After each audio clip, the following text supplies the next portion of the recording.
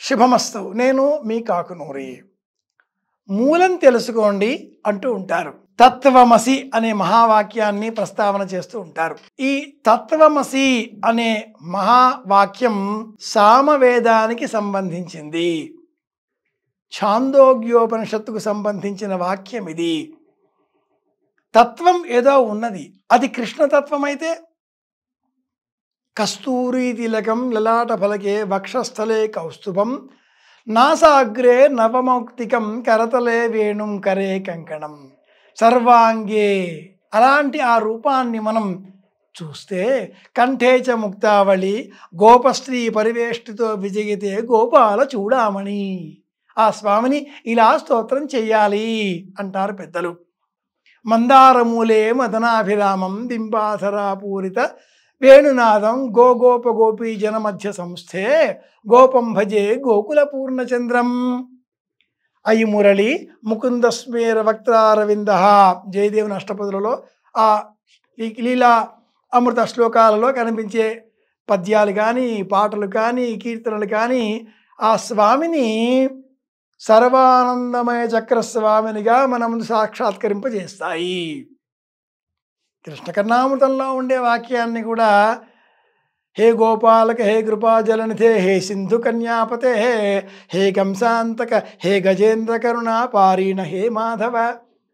శ్లోకాలు మంత్రాలు అన్నీ ఒక పక్కన పెట్టేస్తే అసలు కృష్ణుడు అనగానే ఏమిటండి తత్వం? మనకెందుకో ఒక ఆనందం కలుగుతుంది. కృష్ణుడు నెమలిపించం. నెమలి ఆడ మగ తేడా లేకుండా అనే మాట లోకంలో ప్రచారం తప్పుడుగా ఉంది, అది అబద్ధం.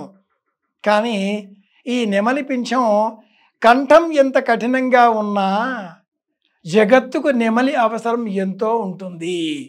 అది చెప్పడం కోసమే పరమాత్ముడు విశాల ఆకాశానికి ప్రతీకగా ఉండే నీలం వర్ణం ఉన్న కారణం చేత శిరస్సులో ఈ శిఖిపించమౌళి అయ్యాడు.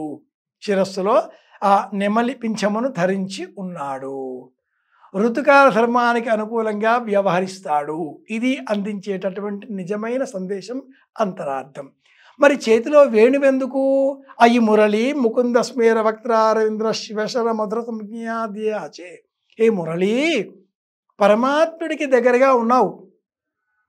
కంఠంలో వచ్చే గాలి ఆ పిల్లల గ్రోవిలో చేరి ఆ బయటికి రావడంలో మధుర ధ్వనిస్తుంది.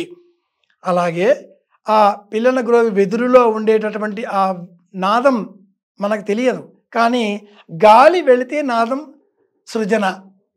ఆ పిల్లల గ్రోవి ఈ దేహానికి ప్రతీక. వెళ్ళే ఆ వాయువు మనలో ఉండే భక్తికి ప్రతీక. వెలువడే ధ్వని మనలో ఉండే జ్ఞానానికి లేక మోక్షానికి ప్రతీక. ఇలా ప్రతీకాత్మకంగా ఆయన పీతాంబర వసనుడు. అలాగే నిరంతరం విజయమాల ధరించి ఉంటాడు. ఎంతో ఆనందం కలుగుతుంది కృష్ణుడిని చూస్తే. కృ అంటే అపరిమితమైన, అష్ణ అంటే ఆనందం. అపరిమితమైన ఆనందాన్ని అందించేవాడు కనుక ఆయన కృష్ణ పరమాత్ముడు అయ్యాడు. కాబట్టి ఎక్కడ కృష్ణుడు ఉంటాడో అక్కడ జయం, అక్కడ విజయం. ఎంతమంది గురువులున్నా అందరికీ శిఖరాయమానమైన గురువు ఒక్కరే, అతడు కృష్ణుడు. కనుక కృష్ణం వందే జగద్గురుం, కృష్ణం వందే జగద్గురుం, శ్రీకృష్ణ శరణం మమ, శ్రీకృష్ణ శరణం మమ. ఇవి మహామంత్రాలు. నిరంతరం శ్రీకృష్ణ శరణం మమ అంటూ ఉంటే మనకు తెలియని ఆనందం కలుగుతుంది.